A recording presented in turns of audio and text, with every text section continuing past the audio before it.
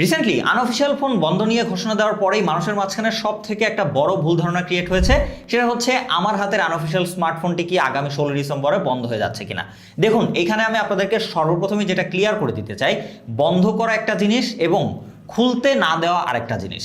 বিষয়টা হয়েছে এইটাই যে খুলতে দিবে না, কিন্তু সবাই এখানে মনে করছে বন্ধ করে দিবে।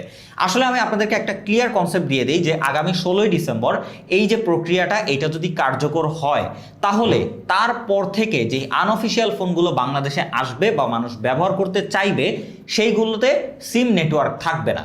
কিন্তু যদি আপনার স্মার্টফোনটা অলরেডি ব্যবহৃত হয়ে থাকে, আপনার ফোনটাতে যদি সিম থেকে থাকে বা আপনি একবার হলেও এই ফোনটাতে সিম ইনস্টল করেছেন বা সিমের নেটওয়ার্কটা পেয়েছেন বা কথা বলেছেন বা যাই হোক, সিমটা আপনার ফোনে অলরেডি ইনস্টল করা রয়েছে, তাহলে কিন্তু আপনার ওই ফোনটা 16 ডিসেম্বরে বন্ধ হচ্ছে না। সেক্ষেত্রে আপনার ফোনটা অটোমেটিকলি বিটিআরসি ডাটাবেজে রেজিস্টার্ড হয়ে যাবে। তার মানে আপনাদের বিষয়টা এখানে দাঁড়িয়েছে যে আনঅফিসিয়াল ফোন বন্ধ করছে না, কিন্তু 16 ডিসেম্বরের পর কার্যকর এই সিস্টেমটা হলে এরপরে কেউ আনঅফিসিয়াল ফোন নতুন করে কিনে ব্যবহার করতে পারবেন না। সেক্ষেত্রে আপনার ফোনটি অবশ্যই বৈধ হতে হবে এবং সেটা রেজিস্টার্ড হতে হবে, না হলে কিন্তু আপনি ওই ফোনটাতে কোনো সিম নেটওয়ার্ক পাবেন না, বাট আপনার ফোনটা কিন্তু বন্ধ হচ্ছে না। সো এই জিনিসটা অনেকে ভুল ধারণা করছেন যে ফোন বন্ধ হয়ে যাবে কিনা, ফোন লক হয়ে যাবে কিনা। সো এইটা কিন্তু হবে না।